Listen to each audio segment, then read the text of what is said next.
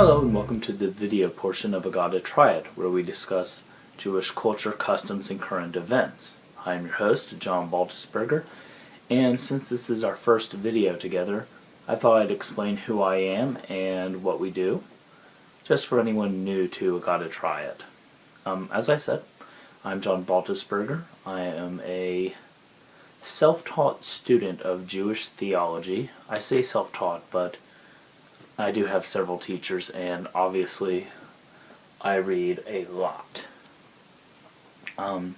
It's important to remember as I begin discussing things like theology and my beliefs and opinions that I'm not a rabbi, I'm not a seminary student, I'm not even a religious studies major. I'm just one opinionated Jew.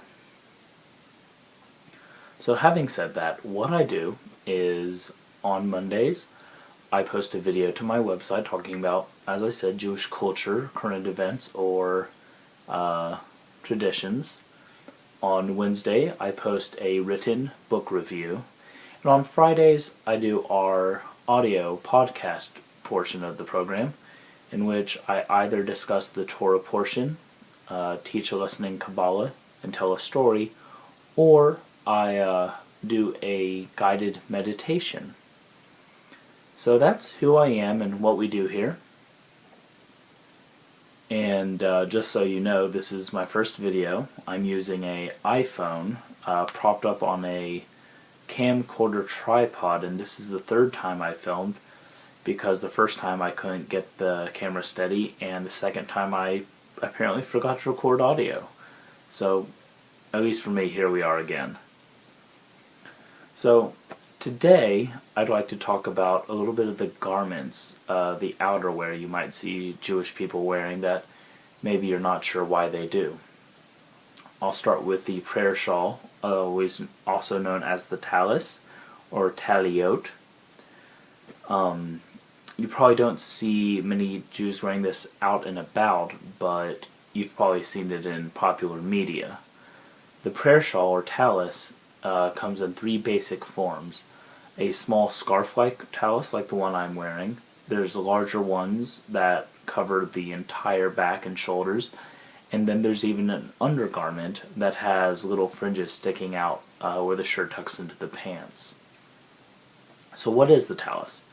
The talis is a way of fulfilling a mitzvot, or a commandment. Specifically, the commandment is Numbers 15:37. God spoke to Moses, saying, "Bid them to affix fringes to the corners of their garments, that they may look upon them and remember all the commandments of the Lord." So basically, the idea is that God commanded the Jews to have a physical representation of the commandments, of all 613 commandments, the mitzvot. So, on the end of the talis, you can see knots, and I can't remember exactly how they do the math, but if you count all the knots using their method, you'll get 613.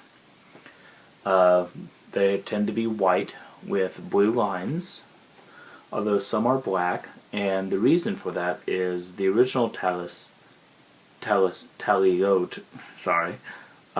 had blue lines, but the animal that we got the blue ink from is no longer known, and therefore ultra-conservative and ultra-Orthodox Jews will not wear blue taliot because they're not authentic enough. So the different kind of taliot, often you'll see conservative and Reformed Jews, and many renewal Jews and Reconstructionists wearing thin, very simple talis like the one I'm wearing right now. You might also see Orthodox or Hasidim wearing larger ones that cover more. The reason is that they feel that in order to be a garment, the talis had to cover a large portion of the body.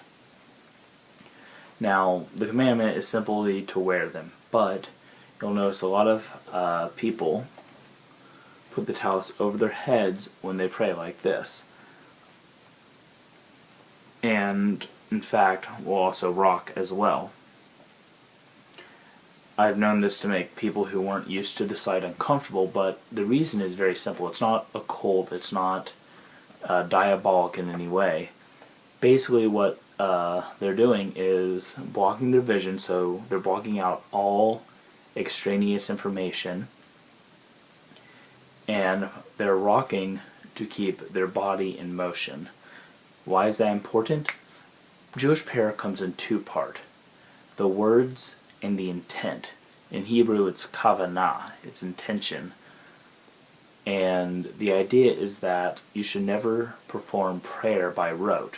Even though you've read the words 1,000 times and you have them all memorized, you should still read the words off the page so that they're fresh. You continue to move and engage in the words so that every single time you say them, you are saying them as though that it is the first time. You will see Hasidim wearing the undergarment and wearing a prayer shawl over their head while praying. So I think that about covers it for the talis for now. The other thing I would like to talk about today is the kippah, the skull cap, also known as a yarmulke in Yiddish. There's not really a biblical command for this. It was deigned, I believe in Talmudic times, although I could be wrong, that one of the sages would not go 13 feet, I believe it was, 13 steps, without covering his head in deference to God. The idea being that because God is the King of Kings, you should always show respect to God. And I don't use king in a masculine term, so instead let's say sovereign, leader. Because God is the sovereign, you show deference, and at that time period that meant covering your head. And it got absorbed into what's called the minhag, which is the tradition. And tradition is almost like unto Jewish law. Having said all that, it's definitely for non-Orthodox Jews a choice. Orthodox Jews and the Hasidim will wear a head covering, a kippah, and a hat on top of that. Other Jews really choose when to. Many will just wear it in a synagogue, or even then at a special occasion at a synagogue. But there are also many reasons why you might wear a kippah outside of the synagogue. One is religious, to show deference to God. A second one is to make yourself identifiable. And there's always a question of whether making yourself identifiable is wise, if showing yourself to be different and other is wise. But Jews are a very communal people. We stick together. Devorah Weingarten calls it Judar, and it does exist. We flock to one another. We find community wherever we are. And the kippah is a wonderful way to say, I'm Jewish and I'd love to talk to other Jews. Finally, my reason. When I wear a kippah, it reminds me that my actions don't affect only me. If I do something bad, if I do something unsavory and someone sees me, they don't just see me, they see Jews doing it. Therefore, the kippah helps me stay strong, helps me be kind and generous. I want people to see the Jewish people as kind and generous, and by making myself identifiable, I make myself accountable. And I think it works fairly well for me. Again, there are several other opinions. My opinion is only my own. Rabbi Stephen Fulberg is very fond of saying that if you get 2 Jews in a room, they'll have 5 opinions.